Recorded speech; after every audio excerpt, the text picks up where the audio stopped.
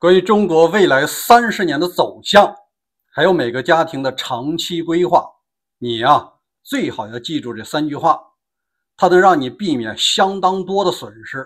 记住了别往外说，记到自己心底里。因为大多数人呢，说实话就没有资格听这实话。大家好，我是大卫，我们一起来分析新闻背后的真相。今天是美西时间7月18号。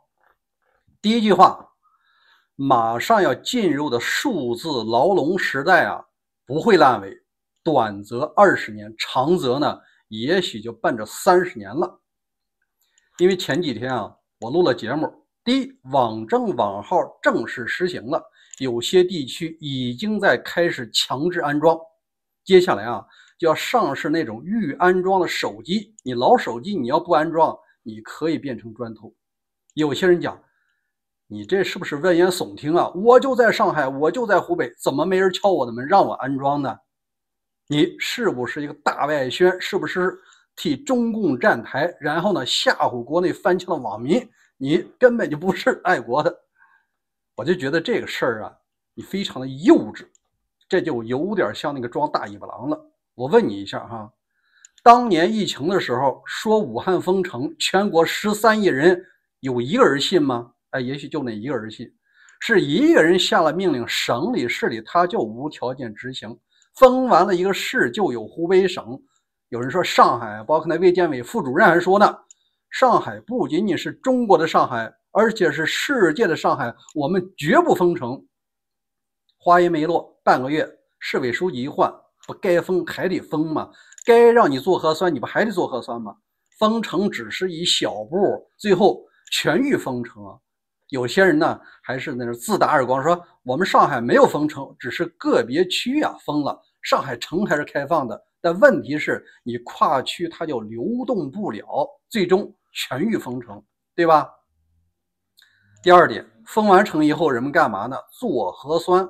一开始呢是3天一做，72小时有效，到后来呢就变成了每天一做，在河南和山东有些地方是每天2次，要捅那嗓子眼儿。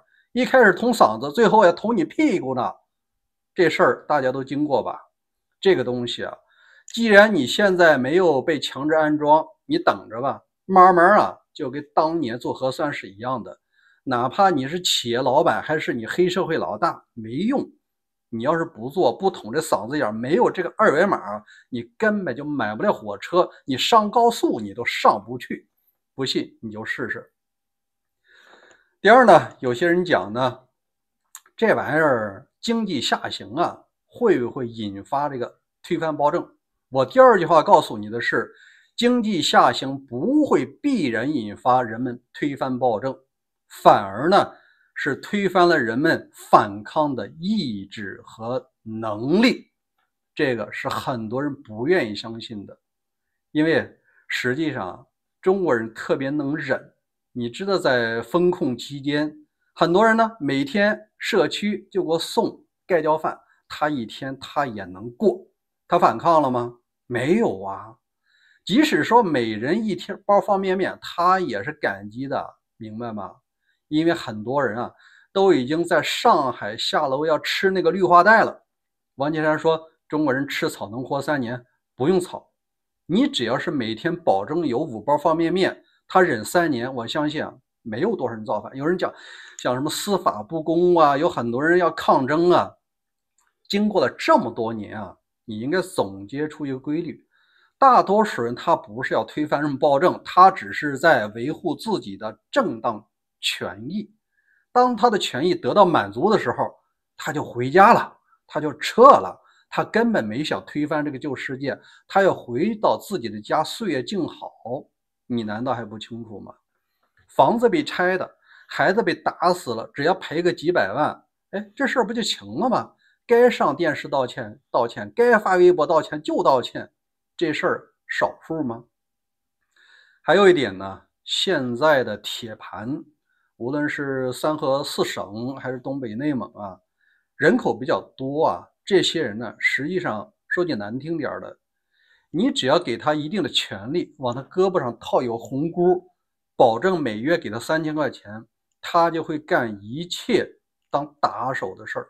疫情期间有多少人当了保安，当了白大褂，因为他有收入啊，你没收入他才不管你呢，你捅嗓眼他才不管你呢，他照常啊干得欢得很。你知道风控一解除的时候，有多少人觉得，哎，这事为什么不继续下去？继续下去，我继续可以拥有我的权利啊，我又可以在小区里卖大米了。这种人啊相当多，如果这种人超过1个亿，哪怕有1000万的人想要反抗，也轻易会被捏死。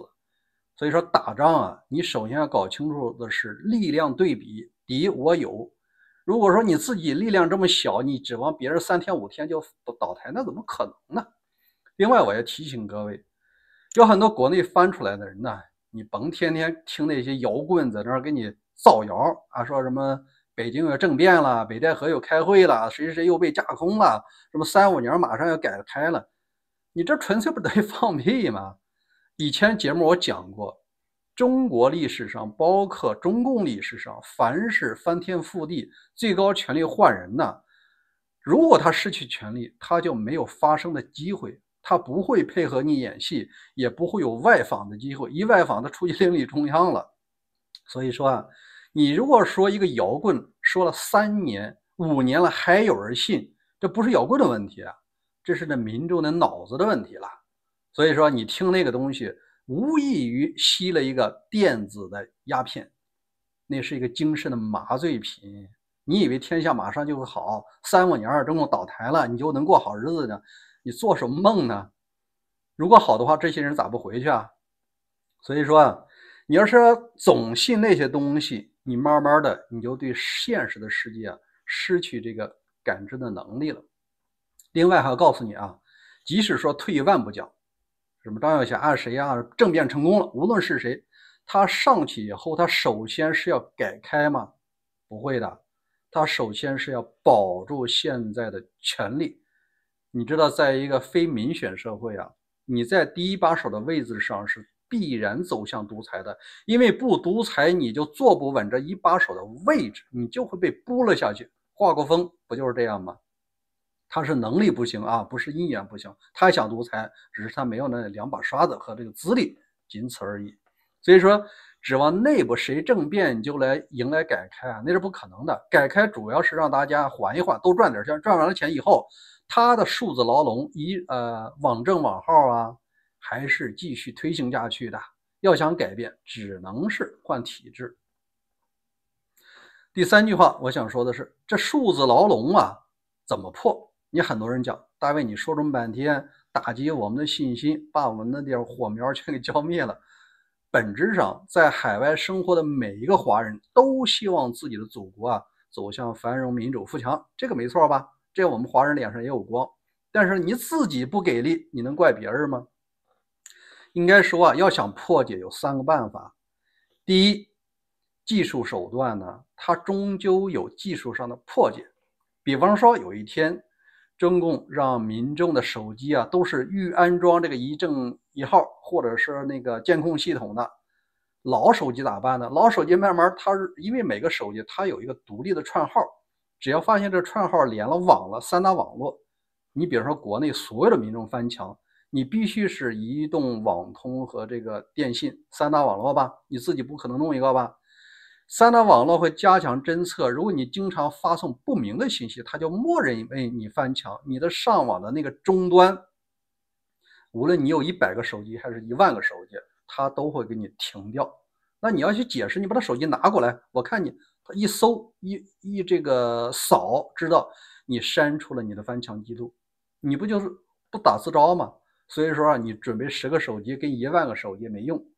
1万个手机在 AI 面前，那时候1秒钟的事识别，全部给你摊掉，你可别不信。还有人讲了啊，这技术手段未来是手机硬件是特制的，3大网络是人家独享的，还有没有办法？有。技术手段既然它能建起这个围栏，你也能够拆。首先啊，你知道在几十年前人们走私什么呢？锅盖，因为它不能挡住国外的卫星飞越中国领空啊，飞越中国这个天空吧。未来呢，有可能会出现一个新的业态，就是把国外类似于星链这种产品和星链的手机啊，它都运到中国来，它不用你3大运营商，不用你 WiFi， 不用你网络，也不用你的手机硬件，它完全隔离，它就能看到外面的世界，哎，那就实现真正的翻墙了。但这一点啊，那中国肯定要建设大量的这种干扰网站，就像当年干扰那个美国之音信号一样的。但这个干扰呢，它是有一个时间差的，它建起来不得花钱吗？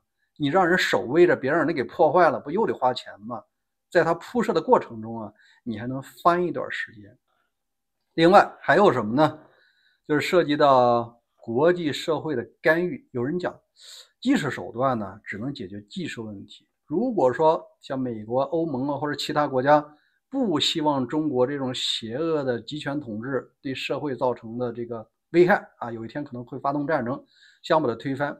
但目前看啊，我们讲目前的10年、8年或者20年，恐怕没有人有这个想法。美国的制度啊，包括欧盟的制度啊，民选政府他就上来4年，顶多给你8年，他大量的时间精力呢是要解决国内的问题。如果战争不是迫在眉睫啊，他才懒得管你其他的事儿呢，因为你要动这么大一个体量啊，是要花相当多的精力和金钱的。我相信选民啊，可能也不愿意这么做。好，那既然说国际社会一时半会儿10年8年还指望不上，那可能唯一有戏的，也就是民众自我的觉醒和自我的行动。其实呢，我们讲过，改天换地啊，它一定是有牺牲的，没有和风细雨就完成的。就像当年王震讲的，想推翻像8964的时候，想推翻我们，当年我们拿到江山可是牺牲了2000万人头的。既然你们这些学生自由派，你想推翻我们，就拿2000万人头来换。当年学生不是被碾死了吗？因为学生走在前面，大多数民众啊，你没有跟上来，所以学生付出了血的代价。有很多人现在都出来了，你民众实际人你自己不给力呀。也有人讲哈，现在是不是有人做好了准备？我感觉呢，近期没有，还是讲几年前的疫情期间，疫情期间死了至少有600万，就是因为疫情。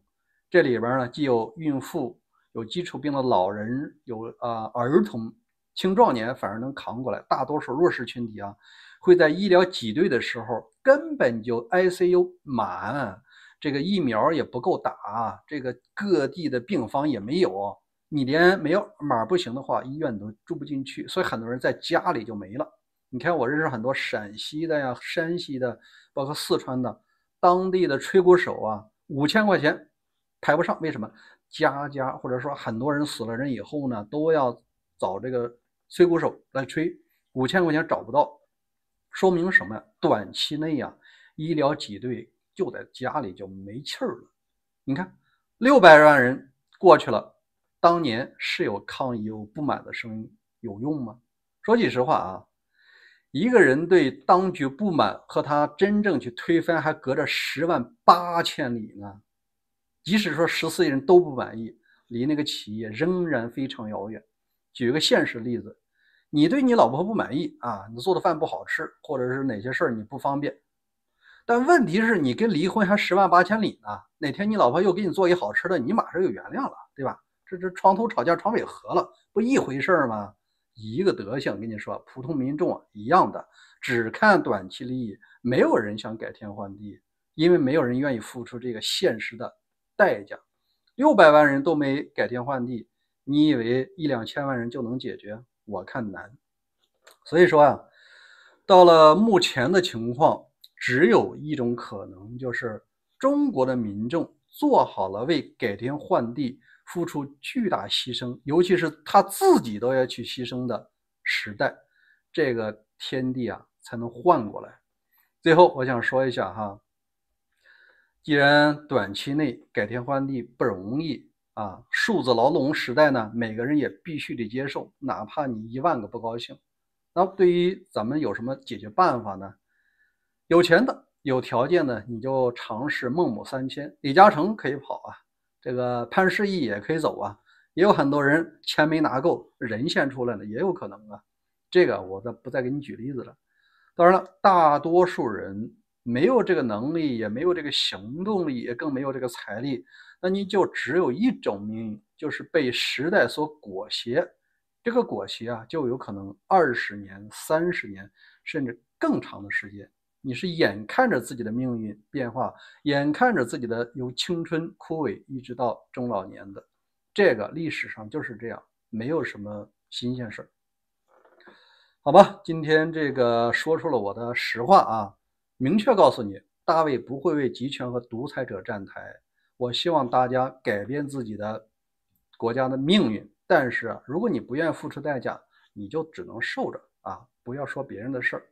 最后，关于数字牢笼未来的20-30年是否会烂尾，还是越来越加强，我希望听到你深思熟虑的话，咱们在留言区交流。另外，也让咱们这个从来不传谣信谣的只说实话的小节目啊，能够发展起来。欢迎点赞和留言转发，再次谢谢各位，咱们明天见。